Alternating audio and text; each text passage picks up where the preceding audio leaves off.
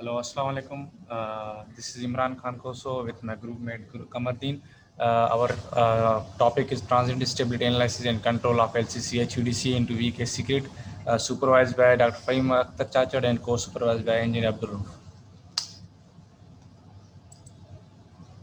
Rauf. These are the contents that we are going to present: introduction, aims and objectives, literature review, methodology, results and discussion, conclusion and future work, and also references are added here.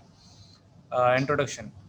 First of all, why we use HVDC? For the long distance transmission, we prefer HVDC as compared to the HVAC because it is more efficient, cost efficient. It is a better power control. The motivation of this project was implementation of first ever HVDC link in Pakistan, that is from Matia to Lahore. We try to implement that, and the problem statement that we have is the power flow control of HVDC link. The power control in HVDC link is very difficult, and the communication failure due to severe disturbances. That communication failure occur due to severe disturbances and the problems associated with weak AC grid. Aims and objectives: modeling of 12 pulse LCC HVDC in MATLAB Simulink. We also focused on the transient stability analysis and some system disturbances. Analysis of control actions, what control actions will be performed when there are some disturbances. Literature review. As we have introduced, we will implement our system in the VKC grid. Then first of all, what is the VKC grid?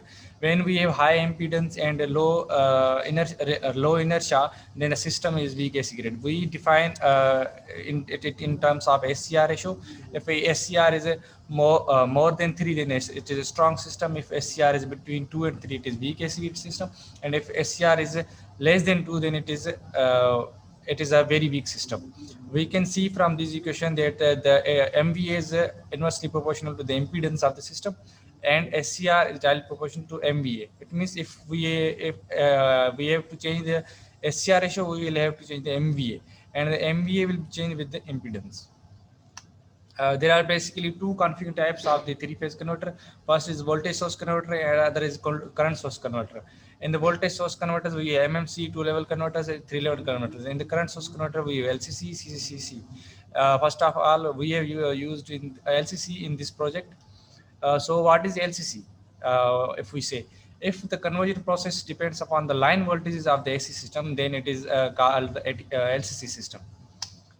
What is transient stability analysis? If we say that we have transient huge disturbances or severe disturbances, and the system overcomes those disturbances, then it is called transient stability, and the whole process is called to overcome those transients is called transient stability analysis.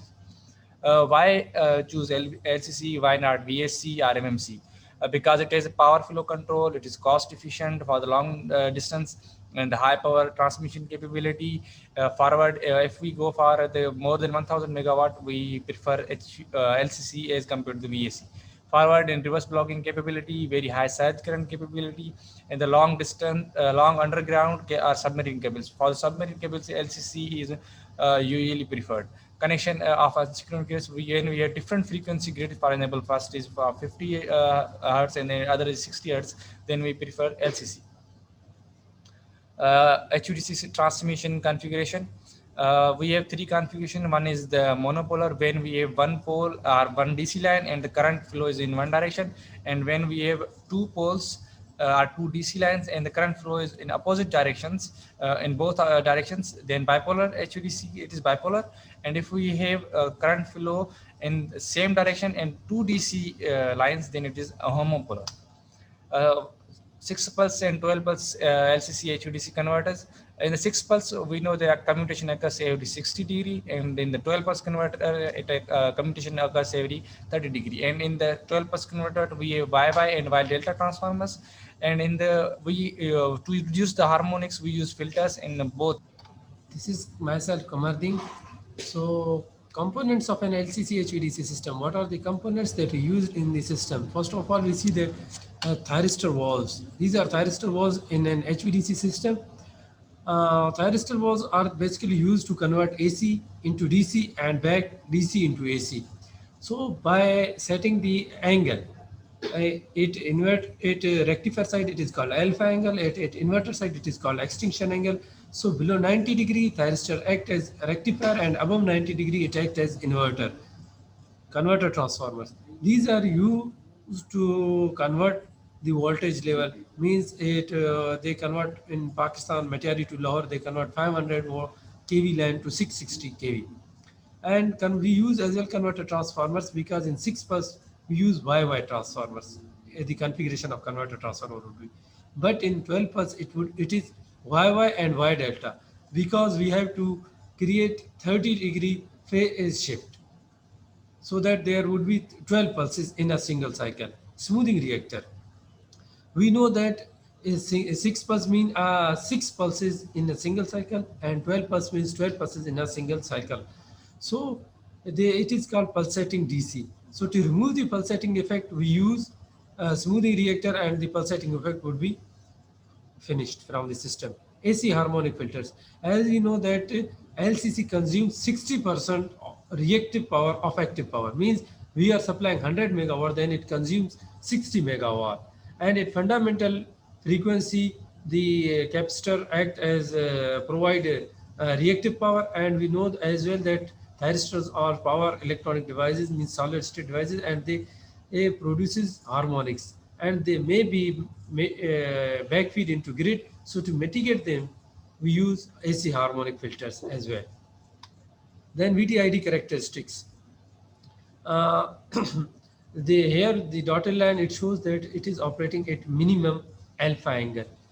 As well, it is called constant ignition angle. And here it is VDI, it is as well called in gamma angle, as well constant extinction angle. So we it a rectifier and it is constant ignition angle, and it inverter and it is constant extinction angle, and there is a current would be constant at inverter side as well as at rectifier side. If we place the converter at 1 per unit and at rectifier as well at 1 per unit, then there due to a voltage drop, there may not be a operating point. So we set the operating point of current order of a rectifier 1 per unit, and the current order of inverter 0.9 per unit, and the difference between them is called current margin, and it is 0.1 per unit, 10% that becomes. VD code. As we know that if the voltage there is comes a sudden drop in the voltage, and the current is constant at 0.9 per unit, then the walls may get system may get collapsed and the walls may get distorted. So to to dependent the current on voltage, we use VD coil, and the main purpose of the VD coil to maintain the system in a smooth operating. Here as well we see that the constant ignition angle and constant extinction angle and current order here is this, and if there is a decrease in current order, then they as well in inverter side there as well a decrease in the current order, so it maintains the system stable in operation. It is the equivalent circuit diagram of the HVTC model that we have designed. It is the block diagram of the system that we have designed. We are supplying the voltage. Here it is a rectifier, the voltage converting into DC. It is rectifier control acting as a slave control, and master control is providing it the signal. It is our DC line, and here it is inverter, and the inverter control acting as a slave control, and master control is giving it a signal, and here comes our load. It is the MATLAB model of the system that we have designed, and our system is 1000 megawatt, and here it is 600 megawatt of reactive power that we are giving into our system. Here these are smoothing reactors. Here it is rectifier control, master control, and inverter control, and here we are obtaining our results. It is the results that we have obtained. DC line V and I, voltage and current and alpha angle. We are seeing that here the system voltage is smooth, here this is smooth, and there alpha angle is smooth. But at 0.3 there comes a decrease in the alpha angle, increase in the current, and there comes some disturbance in line voltage because we have applied step change in 0.3 second, and at 0.7 second we as well see that there is a sudden drop in the voltage, and because at 0.7 second we have applied the fault transient state, and there comes an increase in the alpha angle because above 90 degree alpha angle act as inverter and it stops the rectification process. So our system acts smoothly and would be safe from collapse. It is as well, we see here that the alpha angle is 165 in the AC voltage and inverted AC voltage. Here we as well see that a DC fault and it is the alpha angle that comes changes in alpha angle because of DC fault.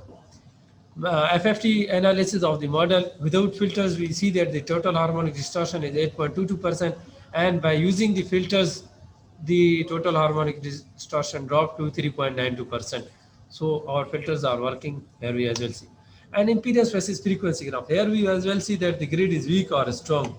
It is the system that we have designed, and it is a weak grid. And we see that at fundamental frequency, the impedance is 122.6 ohm. And for a strong grid, we see that at fundamental frequency, the impedance is milliohms. So the grid is strong here and the grid is weak here. The conclusion, what we have done the transient stability analysis, that when there comes a transient conditions, what the controller would take uh, actions and what would be the effect on the alpha angle and what would be the effect on the current and voltage when transient conditions occur, and what would be the control actions of the took place.